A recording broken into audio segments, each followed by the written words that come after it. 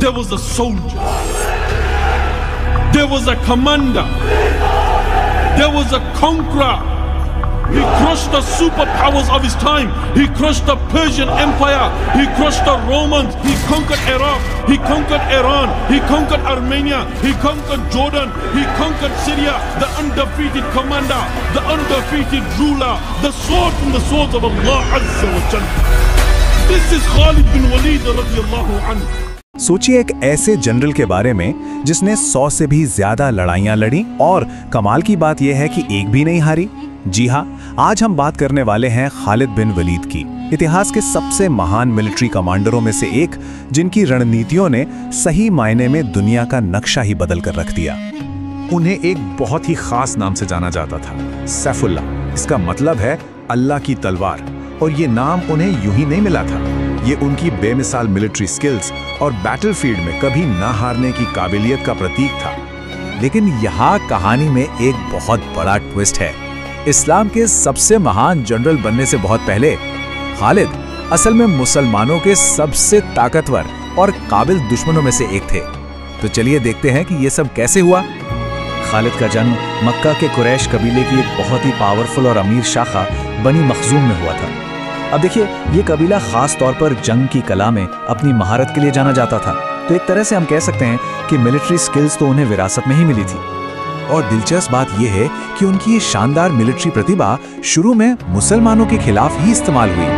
साल 625 एडी में उहुद की लड़ाई हुई, और ये खालिद की ही जबरदस्त रणनीति थी, जिसकी वजह से मक्का की सेना को एक बहुत बड़ी जीत मिली। लेकिन फिर खालिद की जिंदगी में एक ऐसा टर्निंग पॉइंट आया जिसने सिर्फ उनकी ही नहीं बल्कि पूरे इतिहास की दिशा ही बदल कर रख दी, और वो था उनका इस्लाम कबूल करना। ये साल था 629 एडी, मक्का पर मुस्लिम जीत से ठीक पहले।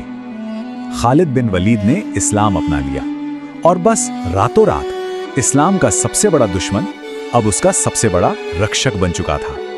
और इसका नतीजा सचमुच हैरान करने वाला था। इस्लाम कबूल करने के बाद खालिद ने जितनी भी लड़ाइयां लड़ी, उनमें से एक भी, जी हाँ, एक भी लड़ाई नहीं हारी। यहीं से उनके कभी ना हारने वाले लेजेंड की शुरुआत हुई। तो चलिए अब देखते हैं कि कैसे उनकी इस कमाल की काबिलियत ने शुरुआती इस्लामिक सल्तनत को फैलाने में मदद की। एक मुस्लिम कमांडर के तौर पर उन्होंने ऐसे ऐसे मिलिट्री कैंपेन चलाए कि उस जमाने की सुपर पावर्स भी हिल गई थीं। उनकी जीत की रफ्तार और उनका स्केल दोनों ही चौंकाने वाले थे। पैगंबर मोहम्मद के बाद उन्होंने सबसे पहले तो रिद्दा वॉर्स में बागी अरब कबीलों को फिर से एक किया, और फिर इसके फौरन बाद उन्होंने उस दौर की दो सबसे बड़ी सुपर पावर्स को सीधी चुनौती दे डाली। सुनने में यकीन नहीं होता, लेकिन ये सच है। उन्होंने एक के बाद एक पहले मेसोपोटामिया में ताकतवर फारसी ससानियन एम्पायर को हराया, और फिर सीरिया में विशाल बिजांतीन रोमन एम्पायर को। ये उस वक्त की जो बड़ी बड़ी वर्ल्ड पावर्स थीं, उनको एक सीधी और कामयाब चुनौती थी। उनकी सबसे यादगार जीत मानी जाती है यारमुक की लड़ाई। यहाँ तो सिचुएशन पूरी तरह से उनके खिलाफ थी।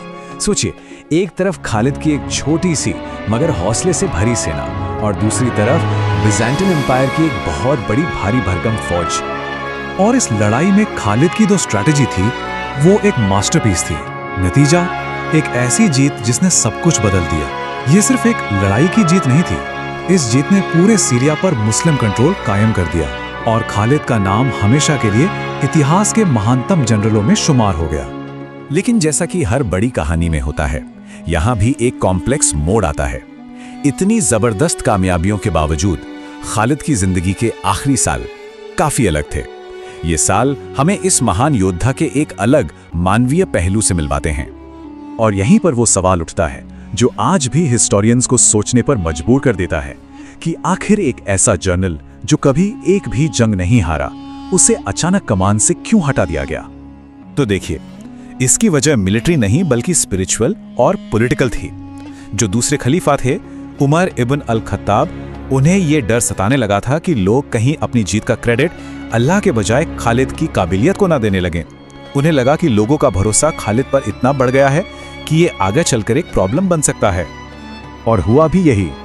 विडंबना देखिए, इतिहास के सबसे महान वॉरियर्स में से एक खालिद बिन वलीद की मौत 642 एडी में किसी जंग के मैदान में नहीं बल्कि सीरिया के हिम्स शहर में अपने बिस्तर पर हुई। लेकिन उन्हें पद से हटाए जाने और बिस्तर पर मौत होने के बावजूद मिलिट्री हिस्ट्री पर खालिद बिन वलीद का जो असर है वो आज भी कायम है और उन्हें आज भी एक हीरो के तौर पर याद किया जाता है। उनकी असली विरासत जिंदा है उनकी रेवोल्यूशनरी मिलिट्री स्ट्रैटेजीज में। अपनी सेना को तेजी से मूव कराना, जिसे रैपिड मूवमेंट कहते हैं, उनकी बेहतरीन कमांड, नए-नए टैक्टिक्स का इस्तेमाल, ये वो चीजें थीं जो उन्हें अलेक्जेंडर और चंगेज खान जैसे महान जनरलों की लीग में खड़ा करती हैं। उनके आखिरी वक्त में कहे गए ये शब्द उनकी पूरी शख्सियत को बयां कर देते हैं। उन्होंने सारी जिंदगी एक योद्धा की तरह गुजारी और उनकी सबसे बड़ी ख्वाहिश यही थी कि वो जंग के मैदान में शहीद हों। ये उस महान कमांडर की कहानी का एक भावुक अंत था, एक ऐसा कमांडर जिसकी तलवार ने दुनिया का नक्शा हमेशा हमेशा के लिए बदल दिया था।